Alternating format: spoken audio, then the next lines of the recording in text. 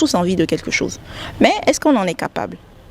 Le plus important, c'est la capacité. Et j'ai compris l'importance de la capacité.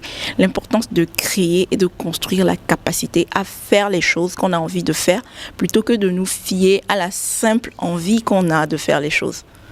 Et tout le problème avec les discours sur la discipline, la constance, la rigueur, etc., c'est que personne ne nous dit qu'il faut créer de l'espace en nous pour ces choses. Ça ne sort pas du ciel, ça ne descend pas du ciel au fait pour tomber sur nous. On ne devient pas motivé, on ne devient pas discipliné comme ça du jour au lendemain. Non, ça s'apprend, ça se construit, ça se bâtit. Vous pouvez avoir les meilleures intentions du monde, les meilleures idées du monde, la to-do list parfaite, le vision board le plus inspirant. On est en début d'année, on se connaît. Mais si votre corps n'a pas la capacité de soutenir ces changements, il vous ramènera encore et encore à vos anciens schémas.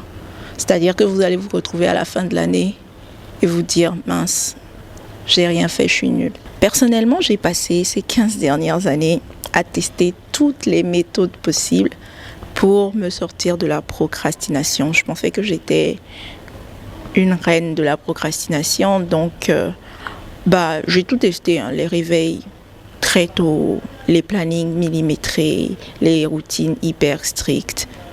Mais je revenais toujours au point de départ, jusqu'à ce que je ne décide au fait de faire l'inverse, c'est-à-dire arrêter de vouloir tout changer d'un seul coup, arrêter de me mettre la pression. Et j'ai commencé à adapter mes routines à ma personnalité.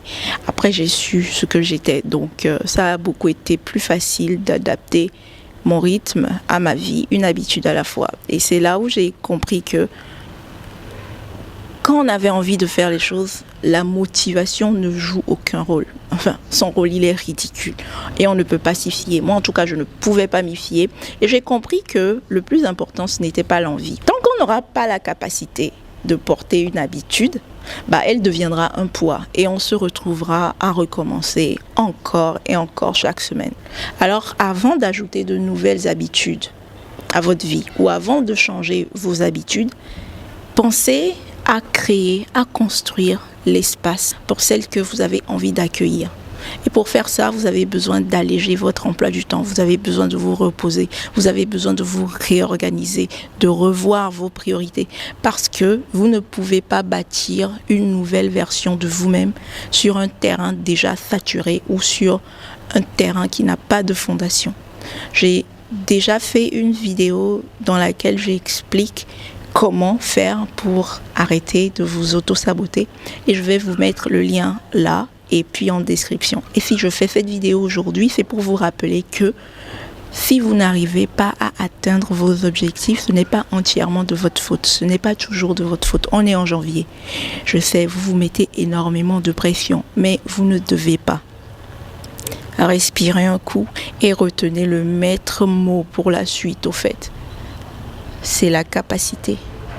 Pour tout ce que vous avez envie de faire aujourd'hui, demandez-vous, est-ce qu'en l'état actuel, je suis capable de faire cette chose? Si oui, tant mieux, faites. Sinon, posez-vous les bonnes questions et si ça vous tient vraiment à cœur, faites de l'espace et construisez votre capacité à faire ces choses. Et une fois que ce sera fait, vous verrez à quel point tout le reste suivra sans difficulté.